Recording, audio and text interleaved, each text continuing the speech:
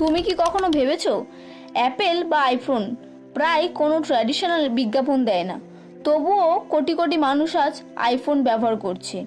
রাজনৈতিক নেতা থেকে শুরু করে বড় বড় সেলিব্রিটি এবং ভারতের লাখ লাখ ইনফ্লুয়েন্সারদের হাতে আজ দেখতে পাওয়া যায় আইফোন। তাছাড়াও আজ সোশ্যাল মিডিয়াতে ঘোরাঘুরি করলে দেখা যায় এমন অনেক মধ্যবিত্ত ফ্যামিলির ইয়াং জেনারেশন যারা এই আইফোনের ওপর এতটাই অ্যাডিক্টেড যে তারা তাদের বাবা মাকে প্রেশার ক্রিয়েট করে হলেও আইফোন নিয়ে নিচ্ছে। আর সেই ফ্যামিলির আইফোন নেওয়ার মতো কোনো পরিস্থিতি না থাকার পরেও এখন প্রশ্ন হলো, কেন মানুষ আজ এতটাই পাগল এই ব্র্যান্ডের পিছনে? Why? Hello friends, welcome back to my channel. আমি সুচিত্রা চলে এসেছি আজকের একটা নতুন ভিডিও নিয়ে। আজকের ভিডিওতে আমি তোমাদের সাথে শেয়ার করব অ্যাপেলের মাইন্ড গেম মার্কেটিং সিক্রেট, যেটার জন্য আজ আইফোনকে শুধু একটা ফোন নয়, এক ধরনের লাক্সারিয়াস ইমোশন বানিয়ে ফেলেছে মানুষ। সাধারণ মানুষের মনে একটা ক্লাসি লাইফস্টাইলের সিম্বল বানিয়ে ফেলেছে।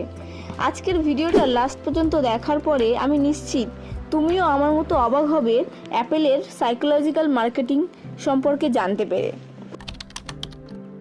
Secret marketing number 1, emotion over specification.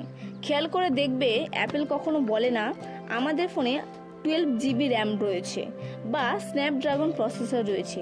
তারা বলে it just works, think different, short on iPhone.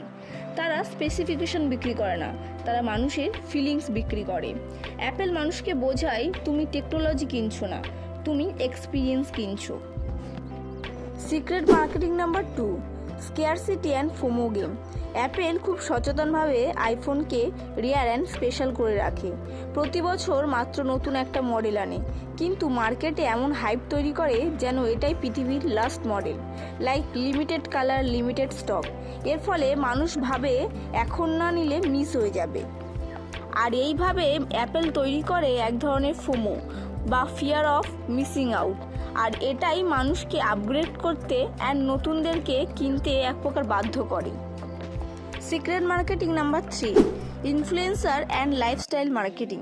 তুমি কি খেয়াল করেছো সেলিব্রিটি, ইউটিউবার, ইনফ্লুয়েন্সার প্রায় সবাই আইফোন ইউজ করে।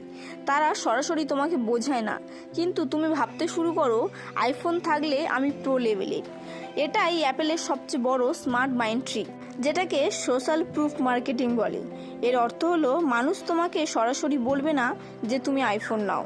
যারা ইউজ করে তাদের শো আপ, তাদের লাইফস্টাইল দেখে আমরা অটোমেটিক্যালি ইনফ্লুয়েন্সড হয়ে যাই।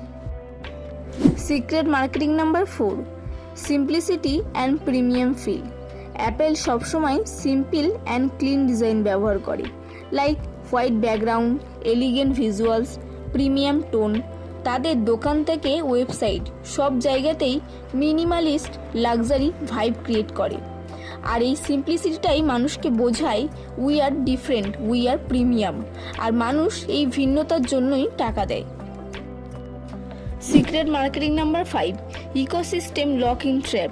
অ্যাপেল এমন একটা ইকোসিস্টেম বানিয়েছে যেখানে তুমি আইফোন নিলে পরে তোমাকে ম্যাক, আইপ্যাড, ইয়ারপডস সব কিনতে বাধ্য হবে, কারণ সব একসাথে সিমলেসভাবে কানেক্টেড হয়। একবার ঢুকলে বের হওয়া কঠিন। এটা একটা পিওর বিজনেস স্ট্র্যাটেজি অ্যাপেলের। Secret marketing number 6, psychology premium pricing. Apple কখনো দাম কমায় না, বরং বেশি রাখে। প্রতি বছর তারা দাম বাড়াতে থাকে, কারণ তারা জানে দাম বাড়ালেই মানুষ ভাববে এক্সপেন্সিভ মানি ভ্যালুয়েবল। আর এইভাবেই তারা লাক্সারিয়াস ব্র্যান্ডের আসন ধরে রেখেছে। Secret marketing number 7, hype and launch event strategy.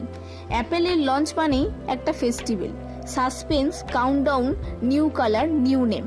মানুষের মনে এমন ধারণা তৈরি করে যেন এটা একটা ফেস্টিভ্যাল, আর ফেস্টিভ্যাল মানেই মানুষ ইমোশনাল।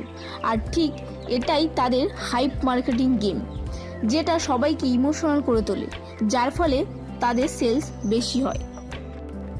এক কথায় অ্যাপেল শুধু ফোন বিক্রি করে না, তারা বিক্রি করে মানুষের ইমোশন, মানুষের আইডেন্টিটি আর বিলঙ্গিংনেস।